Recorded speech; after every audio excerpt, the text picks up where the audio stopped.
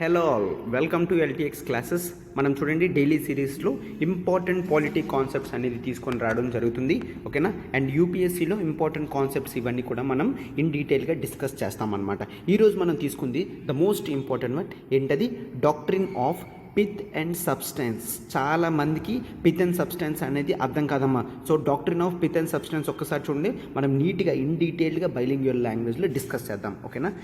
Concept తీసుకొస్తుంది this is Srinivas. అసలు మనం 1 minute కూడా లేట్ చేయొద్దు, వెంటనే ఈ పిత్ అండ్ సబ్స్టెన్స్లోకి వెళ్ళిపోదాం. ఒకసారి చూడండి అమ్మా, పిత్ అండ్ సబ్స్టెన్స్. ఫస్ట్ దీన్ని మనం డీకన్స్ట్రక్షన్ చేద్దాం, అంటే డివైడ్ చేద్దాం. ఫస్ట్ పిత్ అంటే ఏంటి?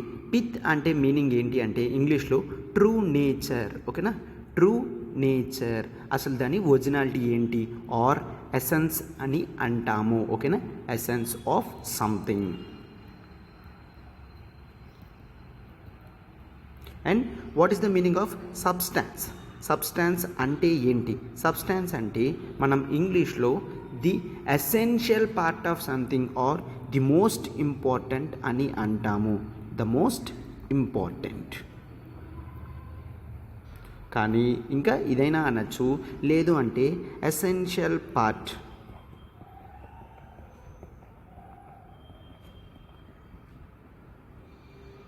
ఎసెన్షియల్ పార్ట్ ఆఫ్ సంథింగ్, ఓకేనా. పిత్ అండ్ సబ్స్టాన్స్ అంటే ఇది అమ్మ మీనింగ్. పిత్ అంటే ఏంటి, సబ్స్టాన్స్ అంటే ఏంటి చూసాం కదా. సో అయితే అసలు ఏమవుతుంది, జనరల్గా మనకి ఫెడరలిజం అనేది ఇండియాలో ఫాలో అవుతాము. ఫెడరలిజం ఫాలో అయితే సెంటర్కు ఉన్న పవర్ సెంటర్కి ఉంటుంది, స్టేట్కి ఉన్న పవర్ స్టేట్కి అనేది ఉంటుందన్నమాట. అండ్ వీళ్ళిద్దరికి పవర్స్ అనేవి ఎవరు డిస్ట్రిబ్యూషన్ చేశారు? కాన్స్టిట్యూషన్ చేసింది. కాన్స్టిట్యూషన్ షెడ్యూల్ 7, కాన్స్టిట్యూషన్ షెడ్యూల్ 7లో ఏం చెప్పింది? వేరియస్ లిస్ట్స్ అనేవి ఇచ్చింది. Union list, state list, concurrent list, ఇలాగా 3 లిస్ట్స్ అనేవి ఇవ్వడం జరిగి ప్రతి లిస్ట్లో పవర్స్ కూడా వాళ్ళే దాని గురించి చట్టం చేసేటట్టు ఇచ్చింది. అంటే యూనియన్ లిస్ట్లో ఉన్న ప్రతి సబ్జెక్ట్ని కూడా యూనియన్ గవర్నమెంట్ చేస్తుంది, స్టేట్ లిస్ట్లో ఉన్న ప్రతి సబ్జెక్ట్ కూడా స్టేట్ లిస్ట్ చేస్తుంది, కాంకరెంట్ సబ్జెక్టులు ఉన్నవి 2 కూడా చేస్తాయి అన్నమాట. ఈ విధంగా ఉంటుంది. ఇదంతా కూడా షెడ్యూల్ 7లో ఉంటుంది. And article 246 of Indian constitution ఏం చెప్తుంది అంటే ఈ చట్టాలను చేసే పవర్ వాళ్ళకే ఇవ్వడం జరిగింది అని చెప్తున్నారు, ఓకే. షెడ్యూల్ 7 లిస్ట్ చెప్పింది, ఆర్టికల్ 246 వాళ్ళకు అనుగుణంగా చట్టాలు అనేది తయారు చేస్తారు, ఓకే. అయితే చట్టాలు ఎప్పుడు కూడా కాంట్రడిక్ట్ అవ్వవా, అది క్వశ్చన్ మార్క్ అనమాట. కాంట్రడిక్ట్ అంటే ఒక చట్టం అనేది సెంట్రల్ గవర్నమెంట్ చేసింది, స్టేట్ గవర్నమెంట్ కూడా ఒక చట్టం అనేది చేసింది.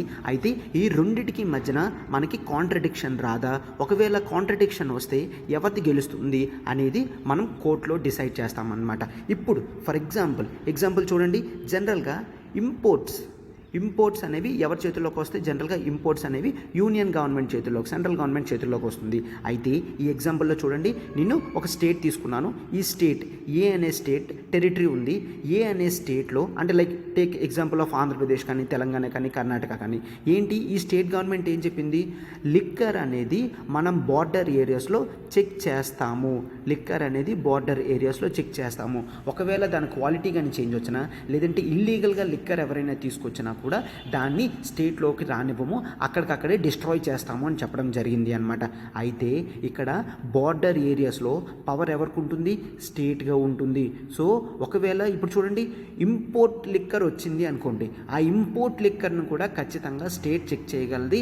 దానికి ఏమైనా వద్దు అని అనిపిస్తే దాన్ని బ్రేక్ చేయగలదు కదా. ఒకవేళ అదేంటి సార్, ఇంపోర్ట్స్ అనేవి యూనియన్ గవర్నమెంట్ చేతుల్లో ఉంటుంది కదా, బట్ ఇక్కడ ఏంటి అంటే అప్పుడే మనం డాక్ట్రిన్ ఆఫ్ పిత్ అండ్ సబ్స్టాన్స్ని యూజ్ చేస్తాము. డాక్ట్రిన్ ఆఫ్ పిత్ అండ్ సబ్స్టాన్స్ని యూజ్ చేసి for the larger welfare of the people state ఏం చేస్తుంది? బార్డర్లో ఇల్లీగల్ లిక్కర్ని క్యాన్సిల్ చేస్తుంది. సో అది ఇంపోర్ట్ లిక్కర్ అయినా, లోకల్ మేడ్ లిక్కర్ అయినా ప్రతిదానికి కూడా స్టేట్ ఏం చెప్తే అదే జరుగుతుంది. సార్ సెంట్రల్ గవర్నమెంట్కి కాంట్రడిక్టింగ్గా ఉంటుంది కదా. ఎస్, కాంట్రడిక్టింగ్గా ఉంటుంది. కాబట్టి ఈ doctrine of pith and substance అనేది ఇక్కడ ఇచ్చింది. ఇక్కడ true nature of the state act ఏంటి అంటే for the welfare of the people. దాని గురించి ఇంపోర్ట్స్ యూనియన్ గవర్నమెంట్ చేతుల్లో ఉన్నది, లిక్కర్ అనేది కాంకరెంట్ లిస్ట్లో ఉంది అనేది అనవసరం.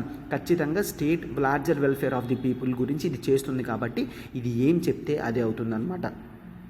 అంటే ఇక్కడ మనం ఏం చూస్తున్నాము, లెజిస్లేచర్స్ అనేవి సెంట్రల్ గవర్నమెంట్ సెంటర్ చేస్తుంది, దానికి అనుగుణంగా స్టేట్ కూడా జనరల్గా చేసుకుంటుంది. ఒకవేళ ఇద్దరిలో సెంటర్కి వర్సెస్ స్టేట్కి ఎవరి లిస్టులో వాళ్ళకి లెజిస్లేచర్ క్లాషెస్ అనేవి వస్తే అప్పుడు మనం కోర్టు దగ్గరికి వెళ్తాము. కోర్టు ఈ డాక్ట్రిన్ ఆఫ్ పిత్ అండ్ సబ్స్టాన్స్తో రెస్పాన్స్ అనేది ఇస్తుంది అనమాట. సరే, అయితే ఈ doctrine of pith and substance అనేది కాన్స్టిట్యూషన్లో ఉందా? నో, కాన్స్టిట్యూషన్లో ఎక్కడా కూడా doctrine of pith and substance గురించి ఉండదు. ఓకేనా? ఎస్. సరే, ఇదని ఇంపార్టెంట్ కేసు చెప్పండి. ఇప్పుడు చూసారు కదా, ఎగ్జాంపుల్ క్లియర్గా అర్థమైంది కదా. ఈ ఎగ్జాంపులే ఒక కేసు అమ్మ. ఏంటది? State of Bombay. State of Bombay versus F N Balsara. F N Balsara. ఇక్కడ ఏం జరిగిందంట, బాంబే గవర్నమెంట్ ఏం చేసింది, స్టేట్ ఆఫ్ బాంబే ఆ టెరిటరీస్లో ఏ లిక్కర్ కూడా రాకూడదు అని క్యాన్సిల్ చేసింది అనమాట. ఇల్లీగల్గా లిక్కర్ అనేది రాకూడదు అని క్యాన్సిల్ చేస్తే కొంతమంది ఇంపోర్ట్ పవర్స్ అనేవి సెంట్రల్ గవర్నమెంట్ చేతుల్లో ఉంటాయి, స్టేట్ ఈ విధంగా చేయగలది అని ఇస్తే అప్పుడు కోర్టు దగ్గరికి వెళ్తే కోర్టు ఇదే తీర్పిచ్చింది. ఇక్కడ larger welfare of the people అనేది స్టేట్ బాధ్యత. సో స్టేట్ అనేది అటువంటివి చేయొచ్చు even at the cost of import making powers అనేవి సెంట్రల్ గవర్నమెంట్కి ఉన్నప్పటికీ కూడా స్టేటే విన్ అవుతుంది అని క్లియర్గా చెప్పడం జరిగిందనమాట. ఇదమ్మా doctrine of pith and substance. So మనం ఇన్ డీటెయిల్గా నీట్గా అన్నీ కూడా కవర్ చేయడం జరిగింది. సరే, అయితే ఈ డాక్ట్రిన్ ఎక్కడి నుంచి మనం తీసుకున్నాం? ఈ డాక్ట్రిన్ అనేది మనం ఫస్ట్ టైం కెనడాలో చూడడం అనేది జరిగిందనమాట. కెనడాలో first time doctrine of pith and substance use చేయడం జరిగింది. దాన్ని ఫాలో అవుతూ ఇండియాలో కూడా ఈ విధంగా చేస్తున్నారు అనమాట. సో మొత్తం మీకు టోటల్గా క్లారిటీ అనేది doctrine of pith and substance మీద వచ్చింది అనుకుంటున్నామమ్మా.